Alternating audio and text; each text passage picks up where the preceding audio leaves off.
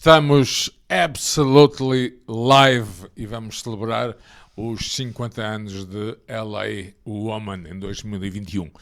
Comigo está o Marco Mendes, mais escondido está Alex Bernardo, que vai, eu vou dizer-vos, criar um autêntico quadro de Hieronymus Bosch ao longo desta emissão especial. Olha, Marco, vamos começar, obviamente, por situar LA Woman, que aparece numa altura muito complexa e complicada para os The Doors e para Jim Morrison. Problemas legais, sim, muito graves, sem dúvida, que tinham a ver com o célebre concerto de sim, Miami. Em 69. À época, a banda estava limitada a nível de concertos, daí ter-se virado para estúdio, ter composto algumas músicas que vieram no LA Woman. Pronto, e daí a vida de Morrison, pronto, complicada, a vida pessoal complicada. Ele estava em risco de ser condenado. Sim, acabou por ser condenado. Acabou por ser. Depois, mais tarde, perdoado. Mas isto são outros pormenores. Pronto, acabou por ser uma fuga. A sala de gravações, o The Doors Workshop, acabou por ser uma fuga para o Jim poder explanar as suas ideias, os seus poemas e daí criarem o LA Woman. Há uma questão fundamental que é essa, outra é a falta de trabalho live, os promotores não arriscavam contratar os Doors, mas no Morrison Hotel já existe uma espécie de comeback, isto comparando com os rococós de Soft Parade de Mr. Rothschild. Sim, começa a haver uma abertura a partir dos finais de 69, inícios de 70. E talvez por estes motivos, alguma... Certo. A partir do lançamento do Morrison Hotel, começa a haver uma abertura à banda, as músicas eram novas, o tal comeback era esperado, não só pelos fãs acérrimos, mas pela crítica, pelos promotores em si, porque era uma banda que, apesar de controversa, chamava público e trazia algum... E não esqueçamos uma coisa que, enfim, oficialmente os Doors apenas existiram entre 65, finais de 65, 66, até 71. Sim, verdade. Parece incrível, não é? Mas é um facto. Uma ascensão meteórica. Aliás, não é por acaso que é a primeira banda a ter 6 álbuns consecutivos de ouro, não é? Muito bem. Coisa que naquela altura... LA Woman tem um aspecto fundamental que é a tomada de posse, digamos assim, de Bruce Botnick e também a presença de 2 músicos que libertam os outros 4, os Doors, que, na minha opinião, são muito importantes. Podes falar deles? Sim, pronto, acaba por ser um álbum libertador. Eles, de certa forma, deixaram o Paul Rothschild de lado. Ou ele deixou-os de lado, enfim, é uma questão de perspectiva. Como seja. E acabaram por fazer um álbum mais livre a nível criativo, com o Bruce Botnick, seu engenheiro de longa data. Que se torna produtor, digamos assim, sim, deste álbum. Co-produtor com a própria banda. E acabaram por trazer realmente 2 músicos de excelência para comporem o álbum o LA Woman. Um deles é o Mark Beno, um guitarra-ritmo... E tem álbuns a solo que recomendo. Sim. O outro será o baixista do Elvis Presley. Pronto, trouxe uma mais-valia. Aliás, falar em Elvis e Jim Morrison era falar em Deus, quase. Sim, acaba por ser um hilo, juntamente com Sinatra, sei lá, Beach Boys, Brian Wilson, acabou por ser uma escola para o Jim a nível de composição, de letras. Para terminarmos esta primeira fatia, digamos assim, outro aspecto importante que vamos desenvolver já a seguir é que, uma vez mais, se juntaram. Os outros álbuns já foram construídos com Jim Morrison ausente, foram construídos, digamos, de uma forma tecnológica. Este volta a ser um álbum gravado à maneira antiga. Isso é bem verdade, estão todos juntos numa salinha não muito maior do que esta. Sim, e o próprio gravador, um gravador de 8 pistas, foi usado no segundo álbum da banda, o Strange Days, 8 pistas, não é? Coisa que no álbum anterior tinham usado uma coisa, um material mais avançado a nível tecnológico. Eles voltaram às suas raízes com essa máquina de 8 pistas, que lhes permitiu serem mais genuínos naquilo que eles sabiam realmente fazer. Não é? Já voltamos para a segunda fatia, segunda dentada neste especial Absolutely Live, dedicado a LA Woman 2021. As promessas são para se cumprir e cá estamos de volta para a segunda metade, digamos assim. Agora, depois do contexto que resumimos, poderíamos estar aqui umas horas a falar, mas não vai ser necessário. Vamos então falar, e vou passar aqui ao Marco, do que é que está a ser celebrado. É enfim, esta obra de arte limitada. Esta tem número, vê o número, Sim. vê o número atrás. De facto, é uma edição limitada. Esta é o 4.950. Exato. Marco, tu também tens uma cópia, tens uma ideia do que está aqui. O fundamental é, acima de tudo, as chamadas LA Woman Sessions. Ou seja, já existia por aqui e por ali em bootleg, mas não nesta sequência. Nós ouvimos a Changeling, ouvimos Texas Radio, ouvimos Riders on the Storm, Sim, volta a arrancar, há diálogos. Sim. Olha aqui está o teu micro, meu. Aqui está toda a obra completa destas sessions, que nos dá uma ideia global e ainda mais profunda daquilo que aconteceu nestes dias, desde finais de novembro de 70 até fevereiro. Eu não sei tecnicamente como é que foi feito, porque há aqui uma espécie de narrativa, ou seja, tudo parece em sequência. E segundo o que eu li, muitas dessas sessões foram feitas assim, foram feitas sem interrupções, não é? Não eram sessões de género, o Jim aparece às 4 da manhã, o outro esteve lá ontem, já que falas John Dennis nisso... estava à espera do... Não, são sessões que são de facto gravadas com todos juntos. Já que falas e as nisso... sessões provam... Sim, é verdade. Mas já que falas nisso, todas estas gravações foram feitas da parte da manhã. Porque a partir da tarde o Jim...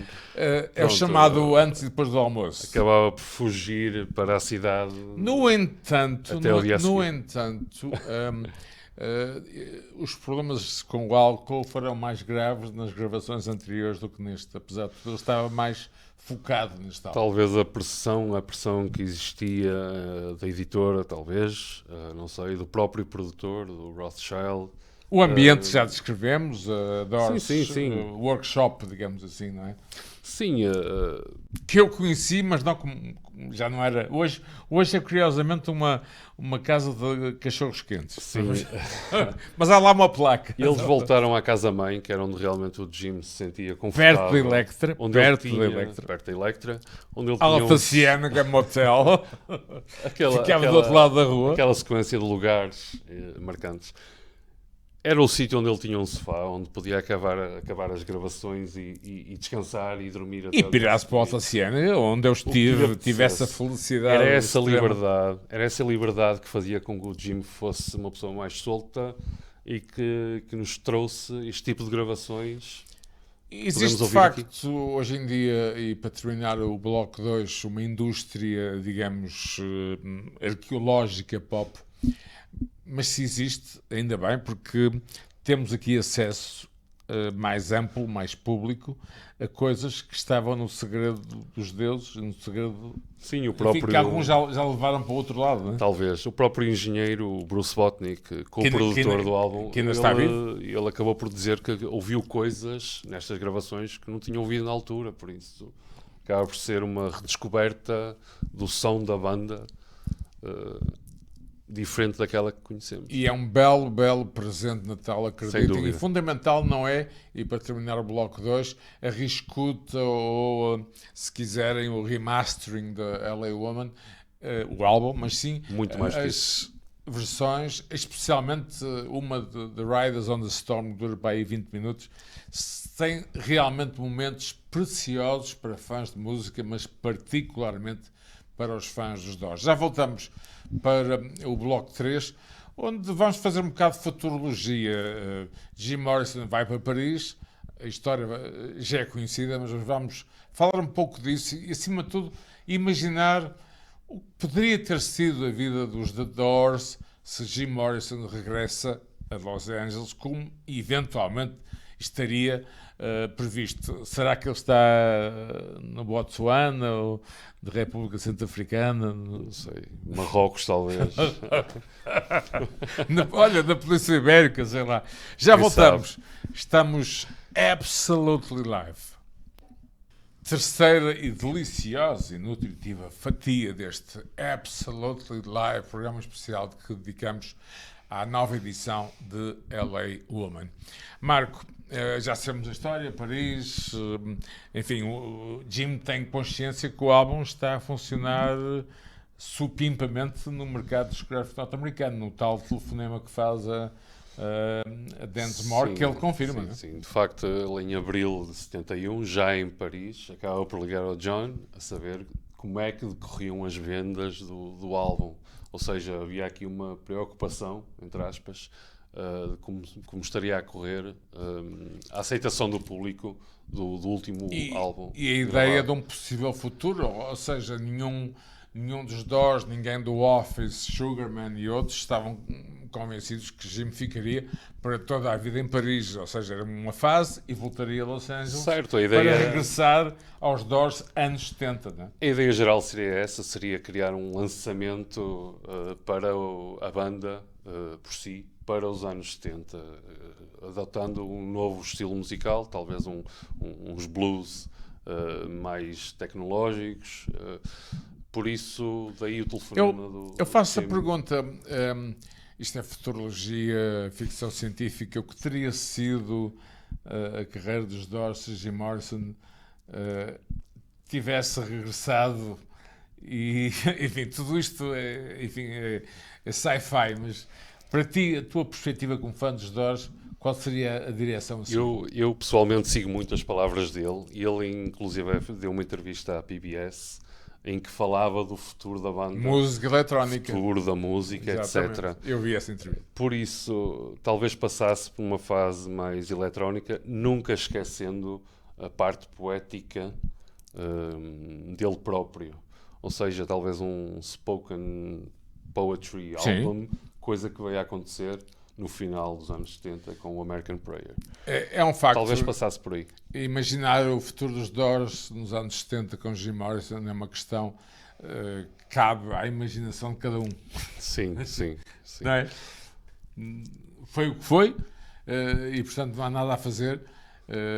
Há apenas que imaginar que, por exemplo, um álbum como American Prayer poderia ser o futuro. Porque American Prayer já tem imensa spoken word, é uma ideia, não é? Sim, já se vê na própria música que os três membros, para além do Jim, inseriram na poesia que ele Exatamente. escreveu. Há ali uma diferença na própria música que já faz transparecer aquilo que talvez pudessem trazer Aliás, em novos álbuns. E para terminar a fatia 3, o que é que falta rever? Ok, há 2 álbuns dos Doors sem Jim Morrison, mas há um álbum, que é obviamente o American Prayer, que eu estou convencido, e tu também, terá, digamos, um trabalho de arquivo como este. Possivelmente, até porque deve haver ainda, eu não digo nada porque eu não sei nada. Nem eu, isso Talvez imaginamos.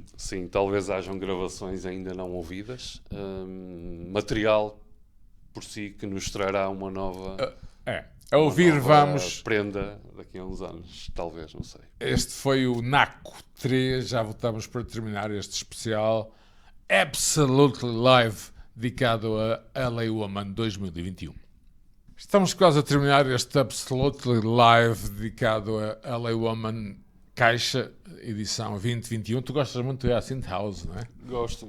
Nem é das canções mais ouvidas dos Doors, ou mais referidas, não é? Não, de facto não é, mas nesta versão dos 50 anos, do aniversário dos 50 anos do LA Woman, talvez seja aquela versão inesperada e aclamada pela inovação que trouxe. Não é? É uma coisa muito diferente da versão oficial que saiu no álbum. Eu tenho passado noites inteiras em imersão total, por isso posso estar um bocado abananado da cabeça, mas recomendo se puderem, porque isto, atenção, é uma edição numerada e especial, não há milhões de cópias em todo o mundo e, portanto, vai-se escutar. Mais Com tarde ou mais certeza cedo. que sim, com certeza que sim. Olha, para terminar, recentemente tivemos o aniversário de Morrison, que acontece em dezembro. Tivemos também um regresso quase inesperado do Robbie Krieger à boa forma e a tocar muito, com uma nova Robbie Krieger Band. O próprio Gene Densmore parece-me mais, eu diria, a aceitar mais, receptivo a ideias. Podemos esperar um Krieger Densmore ou seria pedir muito? Bem, isso à partida seria um sonho podermos juntar os dois. Com o que eu já vi e ouvi da Robbie Krieger Band atual, estaríamos mais ou menos bem servidos. O que é um facto é que eles estão em forma, apesar da E ativos. super ativos, o que é importante, e continuam com aquela energia que os caracteriza. Aliás, Krieger editou uma biografia que eu já tenho também, como deve ficar claro. Ok. Eu espero vir a ter.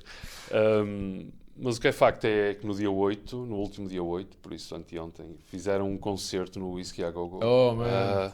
O Robbie Krieger, posso dizer que foi um concerto de 2 horas. Tu tens muito material, não tens? Tenho muito material. Tenho algum que eu faço parte da Krieger Official Group. Há de ser posteriormente visitado, e o que é facto é que foram 2 horas de concerto e ele faz ali uma retrospectiva dos maiores êxitos, em especial dos... Muito rapidamente vou voltar aos anos 90, voltar a 3 de julho de 92, de 93, temos Baby Lemonade, que eram os Love na altura, os Wild Child, que era uma banda de tributo, e de repente aparece Robbie Krieger, exatamente nesse sítio, no Whisky a Go-Go, onde os Doors realmente se lançaram nos anos 60. O Robbie, em particular, gosta muito de revisitar o Whisky a Go-Go. Me too, man. Ele, neste concerto em particular, esteve presente com o filho, o Waylon, que costuma acompanhá-lo, e também com o baixista da banda, era o filho do Paul Rothschild. Portanto, há aqui uma série de ligações genéticas, não é? Acaba por dar continuidade. Olha, para terminar a pergunta, não é $1 milhão, eu fiz a mesma pergunta e falei com ele sobre isso, grande e eterno Ray Manzarek, e chegamos à conclusão, e ele afirmou, e falámos disso, que a música dos Doors seria eterna, imortal, e cá estamos nós em 2021 a voltar a falar sobre isso, porque basicamente a música dos Doors e o seu conteúdo lírico, estético, poético tem a ver com a condição humana. Tu achas que é esse o aspecto fundamental que mantém os Doors vivos décadas atrás de décadas? Estamos na segunda década do século XXI e cá estamos nós ainda a falar de Doors e com material fresco. Portanto. Vê lá tu, passados 60 anos quase,